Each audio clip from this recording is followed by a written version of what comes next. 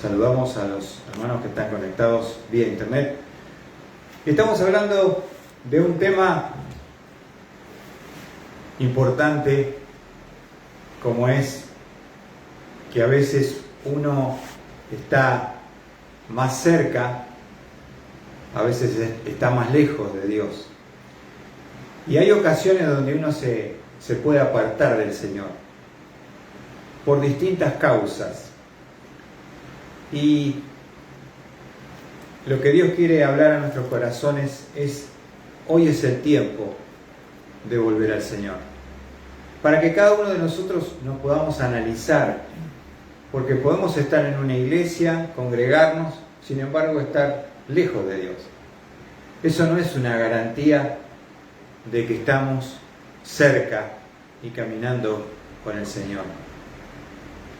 Y estuvimos viendo, considerando el domingo pasado, el ejemplo de Israel. Porque vimos como introducción, ¿se acuerdan cómo era la relación de Dios con el ser humano? Cuando Él lo creó, lo colocó en el huerto del Edén, ¿qué tipo de comunión tenía con el hombre? Una comunión directa, cara a cara, sin pecado. Fue maravilloso. No sé cuánto tiempo duró hasta que entró el pecado, y por el pecado la muerte, que es separación, y Dios quitó, expulsó del huerto del Edén a Adán y Eva por el pecado. Ahora comenzaron los hombres a buscar a Dios por medio de sacrificios, de un cordero que Él había establecido. Pero esa relación después siguió con los patriarcas. ¿Cómo se comunicaban los patriarcas con Dios? Se comunicaban por medio de altares de piedra, edificados para tener una comunión con Dios, para el sacrificio del cordero, para la invocación de su nombre, hasta que el pueblo de Dios va a caer cautivo en Egipto por 400 años. Dios levantará un hombre llamado Moisés, y él va a ser el libertador de la esclavitud física de Israel, de los hebreos de Egipto. Van a cruzar el mar Rojo en seco. ¿Y cómo era la comunión en ese momento? Con Moisés era cara a cara.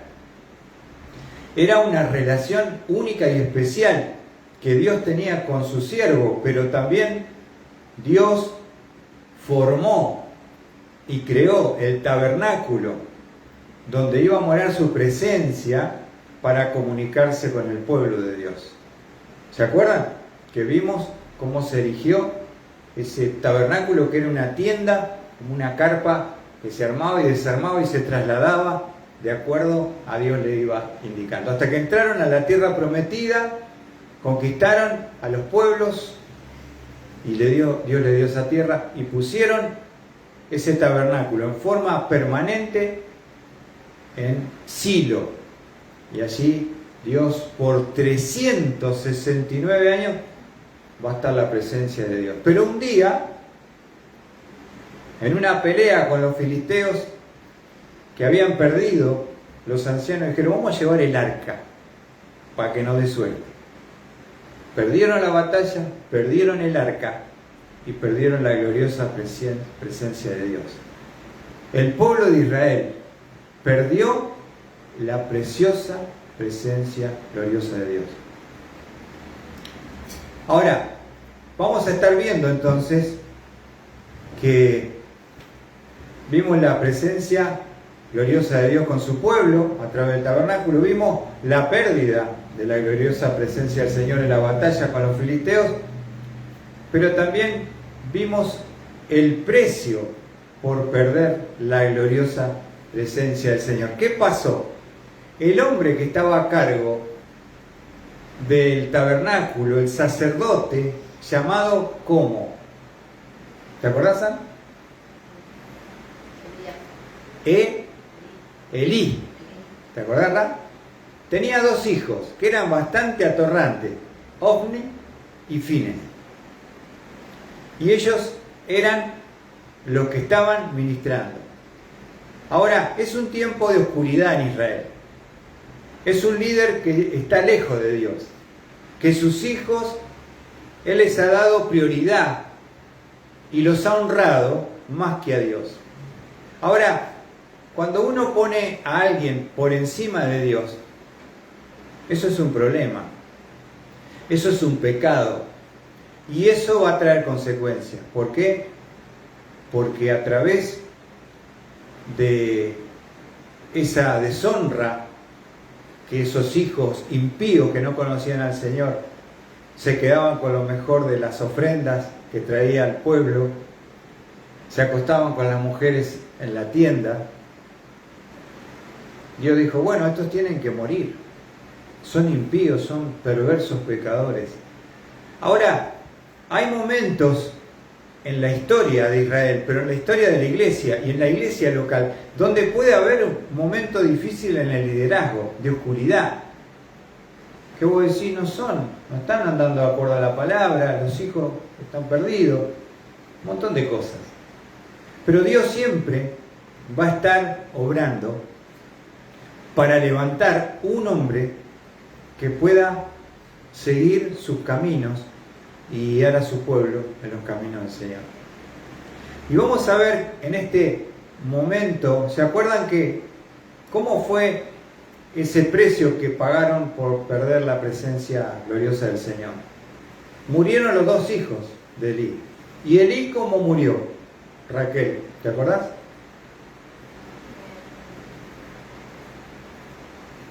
Él estaba sentado y cuando le dijeron que se fue para atrás y se desnucó.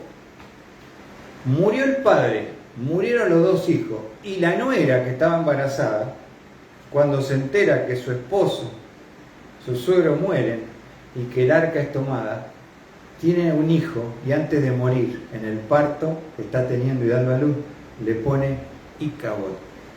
Porque vamos a leer el texto allí para introducción.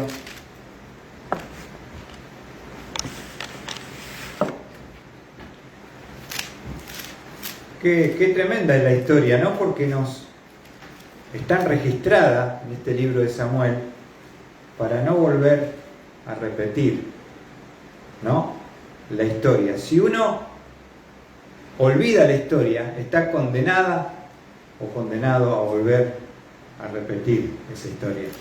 Fíjense, allí en el capítulo 4 de Primera de Samuel,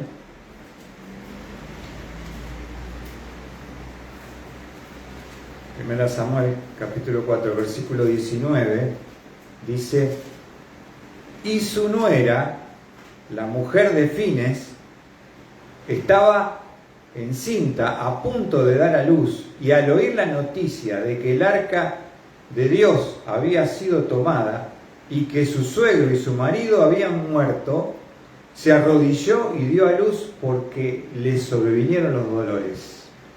Versículo 20. Al tiempo que moría, la mujer que estaba junto a ella le dijeron, no temas, porque has dado a luz un hijo. Pero ella no respondió ni prestó atención y llamó al niño Icabod, diciendo, se ha ido la gloria de Israel por haber sido tomada el arca de Dios y por la muerte de su suegro y de su marido. Ese es el precio por el desprecio a la gloriosa presencia de Dios. Va a quedar un hijo como testimonio con un nombre, que su nombre significa Icabod. Este es sin gloria.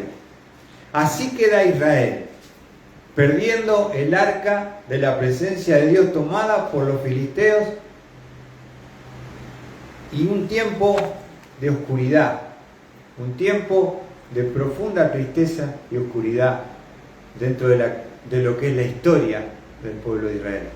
Pero quiero mostrarles en esta noche que mientras los hijos de Elí, Fines y Omni, estaban haciendo cualquier cosa, y Dios tiene sus tiempos para juzgar los pecados. A veces uno está haciendo mal y dice, no debe ser tan malo porque Dios no me hizo nada.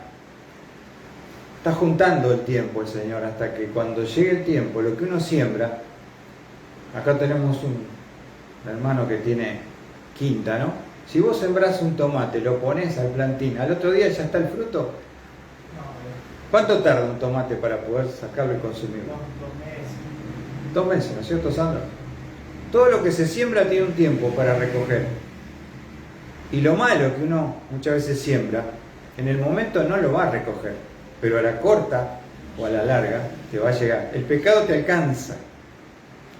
Ahora, es importante entender de que Dios no quería que su pueblo se quedara sin un hombre de Dios. Y mientras Elí estaba en oscuridad y un hombre que ya no caminaba porque era obeso, estaba ciego y tenía una edad avanzada, estaba ya en los 98 años, Dios va a traer luz en medio de ese tiempo de oscuridad. Dios va a levantar una persona que va a ser el futuro líder de su pueblo Israel. Y vamos a ver esta historia, una luz en medio de la oscuridad, podríamos decir, esta historia que vamos a ver hoy. Porque la que te conté recién es bastante triste, pero Dios está a cargo de todo. Y Dios va a operar un milagro a través de una mujer. Esto es muy importante, porque una mujer de Dios, de fe, consagrada a Dios, va a hacer que la historia oscura de Israel pueda brotar un rayo de luz en medio de la oscuridad. Vamos a ver esta mujer llamada Ana. Vamos a 1 Samuel, capítulo 1.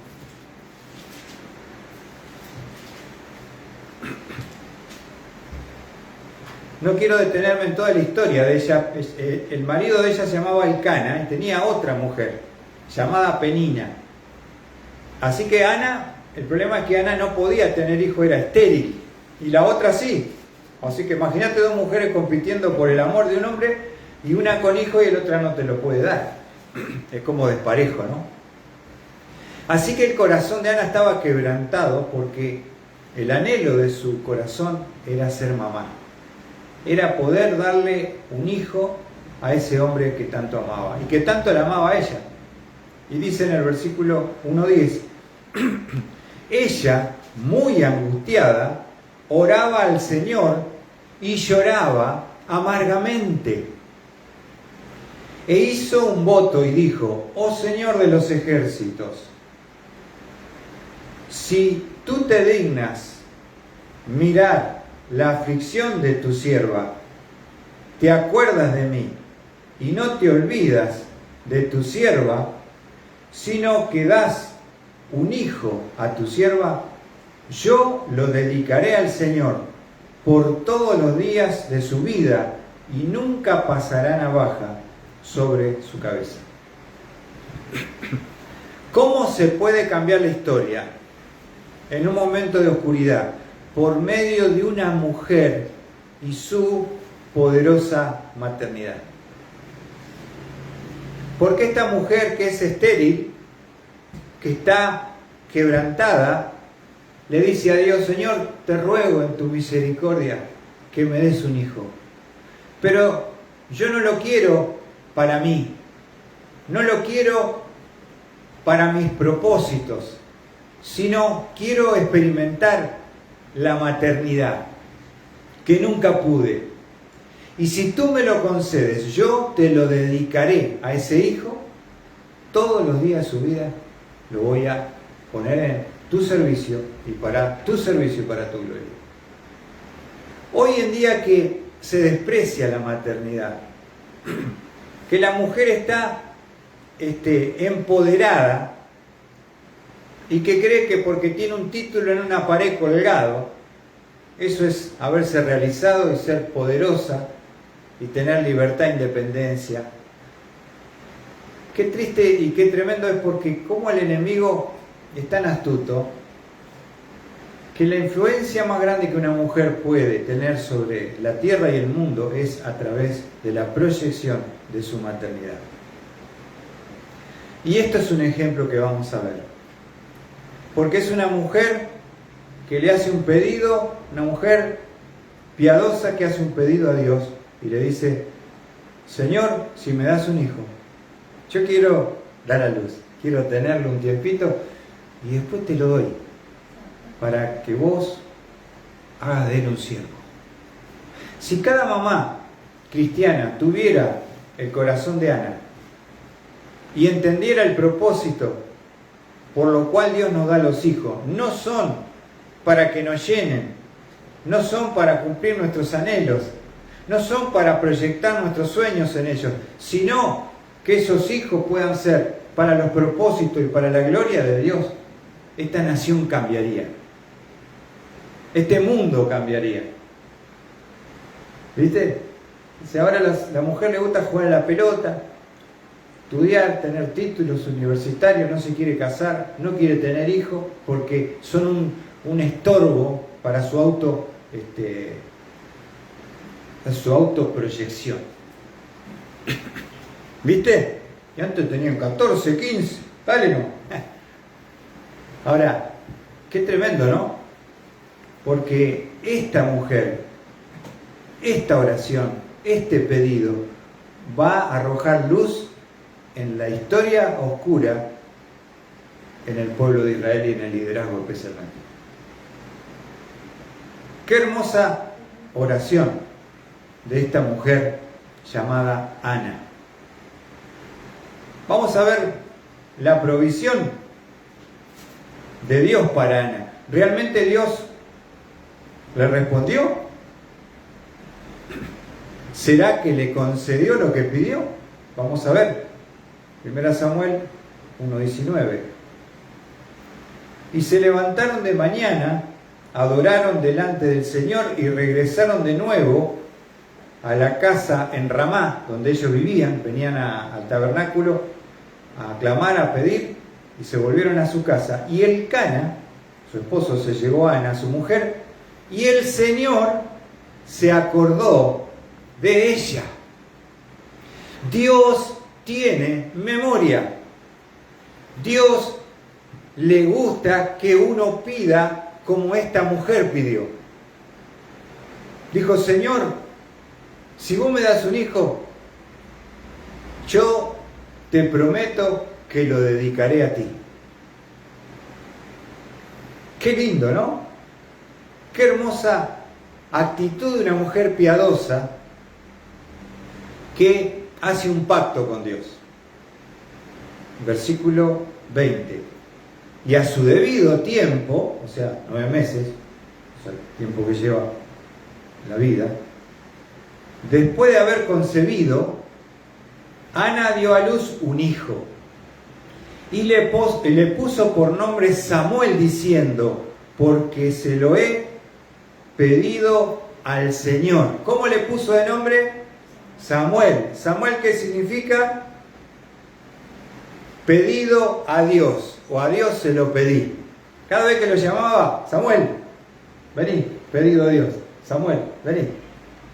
Ella tuvo el parto natural, tuvo a su bebé, tuvo esa experiencia maravillosa, pero otra cosa que quiero mostrarle, que ella quería un varón, no quería solamente ser madre, quería específicamente un varón, porque el varón es el que tiene la proyección, el que puede llegar a las alturas, sin impedimento, para ser un hombre y un líder de Dios.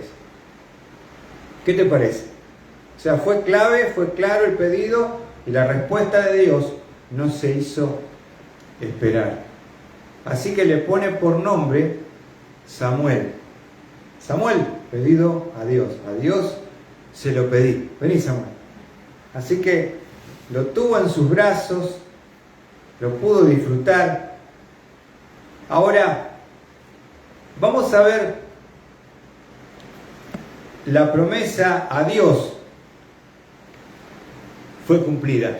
Porque viste que a veces uno, cuando está medio cascoteado o en una situación difícil, a veces uno dice, Señor, si vos me ayudás, si vos me sacás de esta, pastor, estoy orando porque tengo una casita para vender, que me la tomaron y si el Señor me la devuelve, yo tengo una ofrenda especial. ¿Cuántas veces escuché eso? Le devuelve la casa y dice, pastor, no hay mucha guita. ¿Viste como los que están presos? Hacen promesa y pacto y se creen, son evangelistas, se bautizaron y salen afuera después son un desastre. ¿Por qué? Porque no ha sido genuino. El hombre es de prometer y cuando Dios cumple, uno se olvida de lo que promete a Dios. Fíjense, dejen ahí marcado para, si cuesta volver, lo que dice Eclesiastés. Tenemos Proverbios,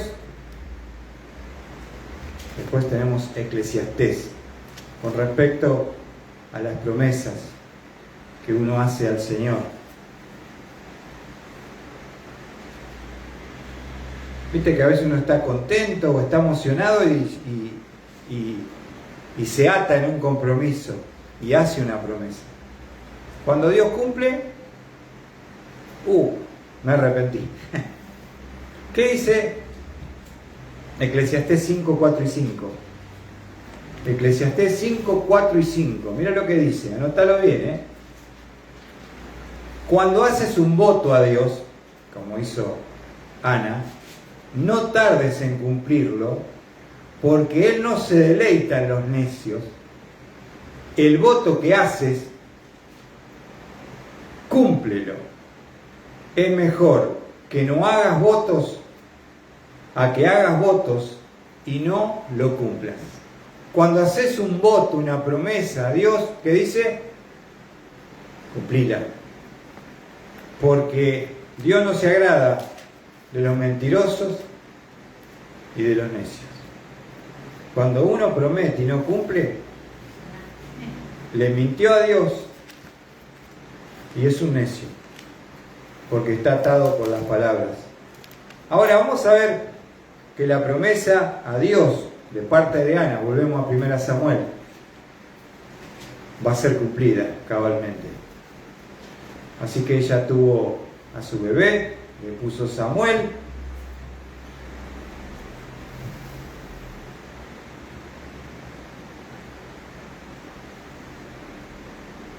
Vamos a leer el versículo 21. Después que tuvo al bebé, ¿se acuerdan? Quiero decirles que ellos subían al tabernáculo una vez por año. Buenas noches, bienvenido.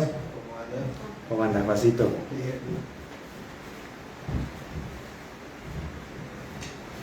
Vamos a ver entonces 1 Samuel capítulo 1, versículo 21. Subió el varón Elcana con toda su casa a ofrecer al Señor el sacrificio anual y pagar su voto. Entonces, versículo 22. Pero Ana no subió, pues dijo a su marido, no subiré hasta que el niño sea destetado, entonces lo llevaré para que se presente delante del Señor y se quede allí para siempre. O sea, acá hay un diálogo como pareja y ella respeta a su esposo y le dice, mirá, yo acabo de tener al nene, Samuel, este año no subo, me quedo con él, lo comparto, lo disfruto. ¿Sabes por qué? Porque cuando él deje de tomar el pecho, el destete, yo directamente lo llevo, lo dejo allí en el tabernáculo para que Elí lo críe, lo entrene, lo capacite para ser un siervo del Señor. Qué importante, ¿no? Es la comunicación y el respeto en la pareja, ¿no? Y Dios pone que la mujer no se le paró, como dice, de mano y le dijo, yo no voy, anda vos. Sino que, mirá lo que dice el versículo 23, y Elcana, su marido, le dijo, haz lo que mejor te parezca, quédate hasta que lo hayas destetado, solamente confirme el Señor su palabra. La mujer se quedó y crió a su hijo hasta que lo destetó. Entonces, en completa armonía y comunión, dice Elcana, quédate, disfrútalo, porque claro, ella le iba a tener un tiempo reducido al bebé y después ya no lo iba a tener más porque lo iba a llevar al tabernáculo para que lo cuide, lo críe, lo entrene, lo capacite Elí, porque los dos hijos de él son un desastre. Pero acá está este hombre, este niño en este momento, que va a cambiar la historia y va a ser ese rayo de luz en la oscuridad en la historia del pueblo de Israel. Qué bárbaro, ¿no? Dios está en cada detalle y vamos a ver que un poderoso hombre de Dios se va a levantar. Ahora, quiero mostrarte, vamos a seguir leyendo, versículo 23, 1:23. Después de haberlo destetado, ahora paramos acá. ¿En qué tiempo un bebé hebreo en la historia era destetado? Entonces yo, estudiando, indagando, he llegado a la conclusión de que el destete ocurría a los 2 años. A los 2 años. Fíjate lo que estamos hablando. Vos tenés a Valen, esas chiquitas, tiene 4 ella. Imagínate 2. Cuando tenía 2, estaba con vos. Ahora mirá, 2 años tenía. Qué momento ese, ¿no? Vos prometiste que se lo ibas a dar al Señor. Entonces dice, después de haberlo destetado, lo llevó consigo con un novillo de 3 años y una efa de harina y un odre de vino, y lo trajo a la casa del Señor en Silo, aunque el niño era como pequeño. ¿Cuán pequeño era Juan? 2 añitos. Caminaba, andaba, se movía, pero ella es chiquito. Ella lo va, como prometió, a llevar a los 2 añitos. Ya podía tomar solo, no necesitaba el pecho, así que estaba con lo mínimo indispensable para poder llevarlo a Elí, el sacerdote, que lo iba a prohijar, digamos, como si fuera su papá. Te traen un bebé, te dice, mira, te lo dejo acá, hacete cargo. Y enseñale vos, guíalo vos, mostrale vos cómo es todo las cosas sagradas, cómo es el sacrificio, todo lo va a equipar un hombre que va a terminar después muriendo. Pero antes de morir, él está preparando, sin saberlo, al hombre que lo va a reemplazar. Qué bárbaro, ¿no? Vamos a ver el versículo 25. Entonces sacrificaron el novillo y trajeron el niño a Elí. Y ella le dijo, oh Señor mío, vive tu alma, Señor mío. Yo soy la mujer que estuvo aquí junto a ti orando al Señor. Por este niño oraba, y el Señor me lo ha concedido, me ha concedido la petición que le hice, por lo cual yo también lo he dedicado al Señor. Todos los días de su vida estará dedicado al Señor, y adoró allí al Señor. Qué linda adoración, porque en la adoración hay una entrega. ¿Y cuál es la entrega más grande que puede hacer una madre para adorar a Dios? Te entrego mi hijo, te entrego mi corazón, te entrego lo más importante que tengo, el único que tengo. Te lo traigo y te lo doy para ti, Señor. Eso es adoración. Si no hay entrega, no hay adoración. Esta es una mujer que en su seno, la vida que ella ha tenido, ese bebé que se desarrolló, ni se imagina el impacto y la proyección como un siervo poderoso que va a tener su hijo Samuel, entregándolo y llevándolo, dejándoselo allí, con 2 añitos, que se quede allí. Ahora, ¿qué habrá sido el cuadro? Imagínate dándose vuelta a él, mami, y el nenito, quédate acá con el tío. Qué cuadro, ¿no? Qué tremendo, habrá llorado seguramente, pero ella estaba contenta porque dijo: yo lo que prometí lo voy a cumplir. Qué lindo cuando hay gente que promete y cumple, ¿no? Y que dice: no, el Señor respondió, ahora yo tengo que responderle al Señor. Y ella cumplió. En el capítulo 2 tenemos el cántico de Ana, es hermoso, no lo podemos estudiar, no tenemos tiempo. Pero vamos a ver un poquito la historia rápido de Samuel, porque cuando nosotros hablamos de la pérdida del arca, ¿se acuerdan? Que él era el sacerdote, que los hijos eran un desastre, eran impíos, no conocían al Señor, eran perversos, pecadores, y Dios le va a quitar la vida.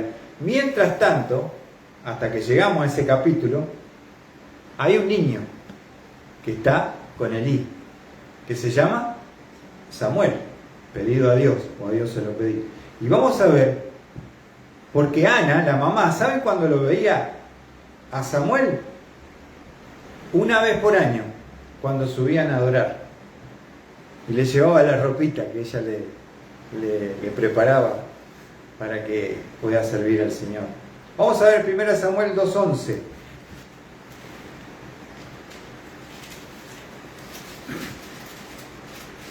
Podemos decir que lo dejó a los 2 años y a los 3 años vuelven.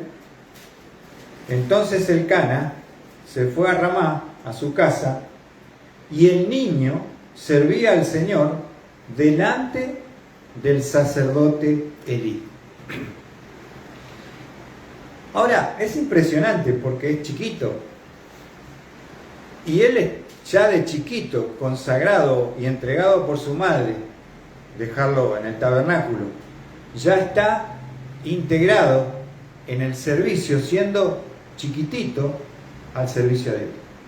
No hay muchos casos así, de que tan pequeños estén involucrados en el servicio de Dios. Elí, que es sacerdote, lo está capacitando, lo quiere, es como su hijo. Imagínate que me diga: bueno, te dejo este pibe acá y bueno, hacelo pastor. Y lo libre. Te lo dejan chiquitito, se van a cuidarlo, hay que darle de comer. Era su papá. Elí era su papá adoptivo, el que vivía con él, lo criaba, lo cuidaba y estaba enseñándole el servicio a Dios. Versículo 18. Samuel, siendo niño, mirá lo que dice, ministraba delante del Señor usando un efod de lino. Mirá, ya estaba en el servicio siendo niño. Ahora, versículo 10, su madre le hacía una túnica pequeña cada año y se la traía cuando subía con su marido a ofrecer el sacrificio anual. Una vez por año venía su mamá, le traía esa túnica y él estaba ya integrado en el servicio activo de la adoración y todo lo que es el servicio a Dios, siendo chiquitito, pequeño siervo era. No hay muchos casos así. Fíjense que Jesús, cuando va al templo, ¿cuántos años tenía? Y va a preguntar y a enseñar con los grandes maestros, pero él no va a servir. Él está sujeto a María y José. Pero acá tenemos un caso excepcional de este hombre Samuel.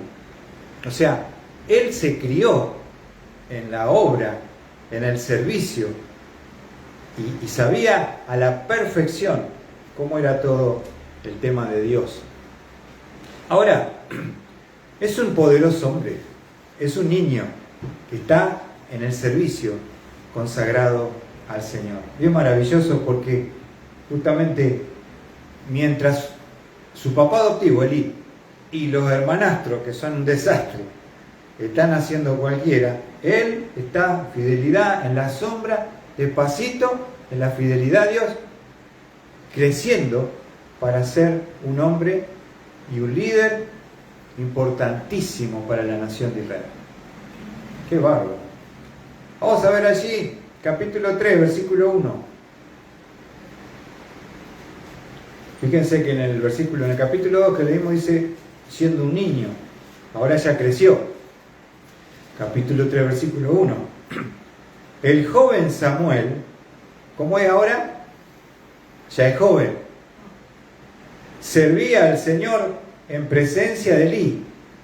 La palabra del Señor escaseaba en aquellos días, las visiones no eran frecuentes. Claro, porque Elí era un hombre que estaba ya lejos de Dios. Era un hombre que estaba por costumbre, pero que había perdido el corazón. Pero había ahí un jovencito que se tomaba en serio la palabra, los mandamientos, y Dios estaba formando su corazón, porque él sería el reemplazante del sacerdote Elí. Capítulo 3, versículo 19. Miren lo que dice la palabra de Dios. Estamos viendo el desarrollo de Samuel. Vimos de niño, destetado de los 2 años, quedó ahí, pero miren lo que dice el 3:19. Samuel creció y el Señor estaba con él. No dejó sin cumplimiento ninguna de sus palabras. O sea que era un joven consagrado, comprometido, obediente, al pie de la letra en todo lo que la palabra de Dios, Elí lo instruía. Era un ejemplo. Y ese Dios que se había alejado del tabernáculo y no había visiones, Dios no le hablaba ya porque el líder, Elí, estaba lejos de Dios. Pero ahora hay uno que sí está cerca de Dios. Y ahora, fíjense lo que dice el versículo 21. Versículo 20, perdón. Y todo Israel, desde Dan hasta Berseba, supo que Samuel había sido confirmado como profeta del Señor. Esa expresión geográfica de Dan hasta Berseba está hablando de Jujuy hasta Tierra del Fuego. Del norte al sur, toda la Argentina sabía que había un hombre de Dios llamado Samuel y que él era el juez.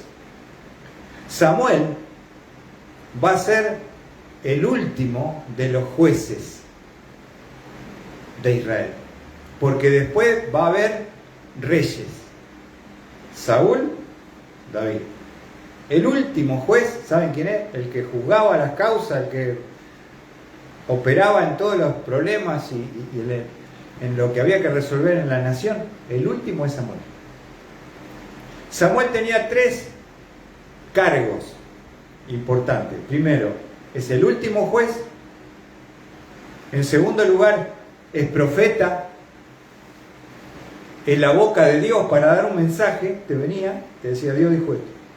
Y en tercer lugar, él es el sacerdote que ministra los sacrificios delante de Dios. Y otra cosa, es un hombre que ora por el pueblo de Dios, intercesor. Entonces, último juez, profeta y sacerdote.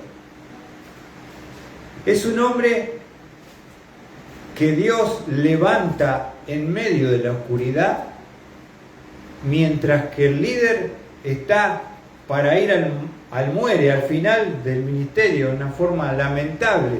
Sus sucesores son impíos que no conocen a Cristo y van a morir. Él ha formado, porque lo crió, lo cuidó y lo entrenó en el tabernáculo para que sea el hombre, profeta, sacerdote y juez de Israel. Cuando Elí murió, iba a morir, y sus hijos, se levanta y Dios levanta a Samuel como el hombre de Dios. Ahora, les quiero mostrar que Samuel, que fue desde los 2 años entregado para el servicio a Dios, consagrado, fue nazareo, no se cortaría el pelo, porque tenía un pacto de la madre para que él sea nazareo y sea un hombre apartado para el servicio a Dios. Les quiero mostrar la influencia que este hombre ha tenido en la historia de Israel. Vamos a ver un texto que se encuentra en el Salmo 99:6. Como uno de los hombres en la historia de Israel más importantes, como hombre poderoso de Dios, ante los ojos de Dios. ¿Qué dice el Salmo 99? Versículo 6. Poderoso hombre de Dios se levanta. Salmo 99, versículo 6. ¿Lo tienen ahí? Miren lo que dice. Moisés y Aarón estaban entre mis sacerdotes, y Samuel entre los que invocaron su nombre. Ellos clamaron al Señor y Él les respondió. ¿Sabe qué está diciendo el salmista? De los hombres más influyentes, intercesores del pueblo ante Dios, más grande de la historia de Israel, está Samuel, junto con Moisés. Son hombres que tocaban el corazón de Dios cuando oraban. Tremendo hombre de Dios. Y hay un texto más que se encuentra en un momento también de oscuridad. Estaba tan mal Israel que va a usar como una comparación en Jeremías 15. Jeremías 15, versículo 1. Acá está el profeta Jeremías, que es conocido como el profeta que lloraba por la dureza del corazón del pueblo de Israel, que no se arrepentía. Y Dios los iba a juzgar y los iba a destruir a través de Nabucodonosor. Pero miren lo que dice Jeremías 15:1 con respecto a la influencia de este hombre que se levanta. Entonces el Señor me dijo: aunque Moisés y Samuel se presentaran ante mí, mi corazón no estaría con este pueblo. Échalos de mi presencia y que se vayan. Si pudiéramos juntar en la historia de Israel 2 hombres que conmovieron y Dios escuchó intercediendo por su pueblo, ¿quiénes son? Moisés y Samuel. Si lo juntamos, como dijéramos, a Diego y a Messi a jugar, espiritualmente hablando, yo, dice Dios, no los escucharía, porque está tan duro este pueblo que no me van a conmover, pero lo usa como un ejemplo de lo que ha sido la influencia de este último juez de Israel, de este profeta de Dios, de este sacerdote que Dios levantará después de que Elí muriera, los hijos de Elí murieran, su nuera muriera. Hay un joven está preparado, equipado y listo. Hay una luz en medio de la oscuridad en la historia de Israel que se llama Samuel. Y él va a ser clave para que la presencia gloriosa de Dios, ¿se acuerdan que la llevaron los filisteos? Va a hacer que pueda volver. Porque él va a ser el hombre que va a estar al frente y que va a guiar a la nación y que van a acudir a él. Y que es importante para volver a Dios que haya un hombre de Dios también que te pueda ayudar. Haya un hombre que pueda orar por vos, interceder por vos. Porque si vos volvés a Cristo, no es porque volvés porque querés, pecás, volvés y cuando vos querés decir, bueno, me acerco. No es tan fácil. Hay que orar, hay que clamar, hay que interceder para que esa persona que está lejos hoy pueda volver al Señor.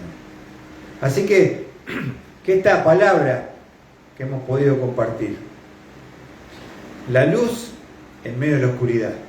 Samuel, pero quiero enfatizar, una mujer que derrama su corazón delante de la presencia de Dios y dice, Señor, dame un hijo, porque quiero experimentar la maternidad, pero no lo quiero para mí.